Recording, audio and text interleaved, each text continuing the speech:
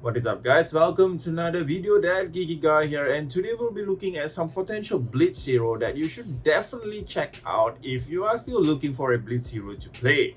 Or if you are playing another Blitz hero, you might wanna, consider checking this hero out because this hero does have the potential to be the top Blitz hero in the upcoming Skirmish season.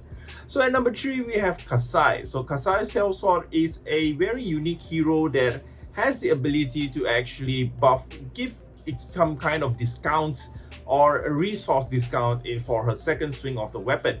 So basically, with the release of Everfest, we have a new card called Blood on Our Hands, which is a Kasai specialization. Now, this card actually guarantees a bunch of buffs to Kasai, provided you have a number of copper tokens on board. So you do have some kind of setup in order to get those top copper token on board. So there's a few ways for Kasai to create those copper token, and it's actually surprisingly quite easy to actually reach that point. So once you do reach that, Blood on Her Hands becomes an unstoppable force because it allows a weapon to have go again. It allows her weapon to actually swing again, and even a buff. So you can choose each mode twice. So if you have, let's say, 6 copper token on board, you get to break each of those copper token and choose any mode twice. So basically, Kaisa is very strong at this point. So you guys might want to consider checking them out if you are checking her out, if you are already playing Warrior at this point. And at number 2, we have KO. So KO has the ability of actually buffing up all your 6 attacks. So imagine a CNC for 12, but with the condition that you get to roll a 5 or a 6. So rolling is a huge part of KO's ability. So with the release of Everfest, we have a new card called Ready to Roll. So this allows KO to have those huge turns and allow him to actually have a second chance in its rolling. So usually KO decks recently plays a Skull Crusher, which allows his turn to get much bigger than basically turning it into a kind of an OTK deck with the amount of damage that it is pumping out. So KO with claws and stuff, swinging those claws even have a bunch of damage.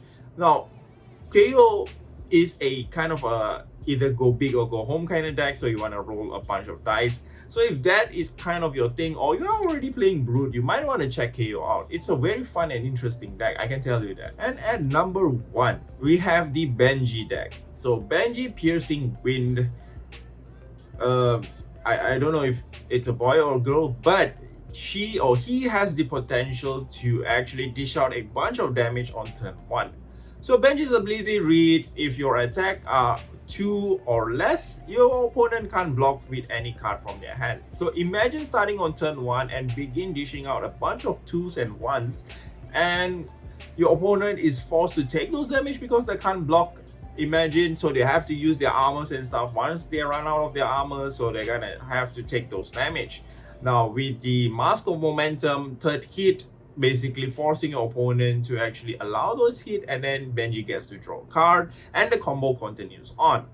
Now Benji was pretty meh before the release of Everfest, but with the release of Everfest, we actually have a card called Spring Tidings.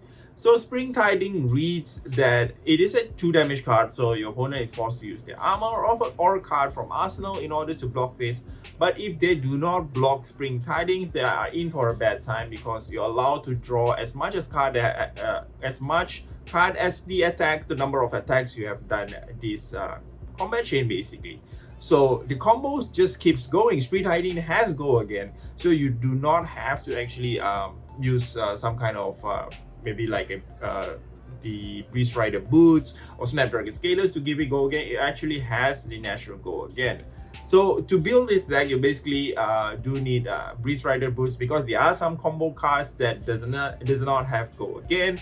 Basically, this Benji OTK deck just run things like Fine Center and stuff because those damage are basically has a base damage of 2, and you want to put in some sneaky razors to allow Spring Tidings to hit and allowing for those huge turns. So Benji OTK deck is definitely something scary if you can pull it off, and it's something to actually look out for, especially with Spring Tidings. Now, of course, before I end the video, I do want to have some honorable mentions. So these are the heroes that already has already has very good numbers in Blitz, so they are doing very well. And with the release of Everfest, they are either is going to do much better or it's gonna have little to no change.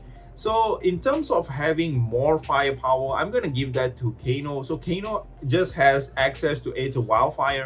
So Aether Wildfire actually buffs up much of Kano's damage. So Kano is now able to dish out an insane amount of damage, even in Classic Constructed. So in Blitz, expect him to be more powerful. The next one we should look out for is, but not as much as the others that I mentioned previously, but definitely has potential, is actually Ira. So Ira, of course, has been one of the strongest hero in Blitz since the start of Blitz, I guess. With the +1 ability, she can give any attack action +1. So I'm really interested in seeing if Iras in the future is going to play things like Twin Twisters, allowing the next attack to have another +1. So imagine pitching a blue card to play Twin Twisters, selecting +1 mode, and then giving the CNC to have +8, basically 8 damage because of Ira's ability, and also Twin Twisters' ability to give +1 to the next hero. So that's basically it, guys.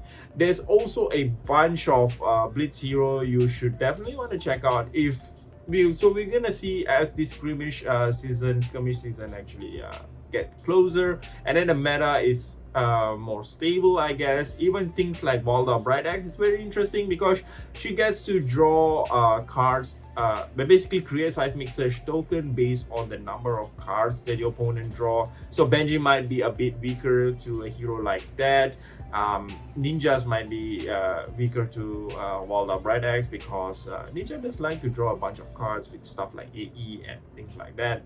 So not limited to Ninja's Valda. I think overall is going to have a good time against decks that like to draw a bunch of cards. So that's basically it, guys. Thank you very much for watching, and see you guys in the next one. Do like, subscribe, all those good stuff. Comment down below what you want to see more, and see you guys in the next one. Bye.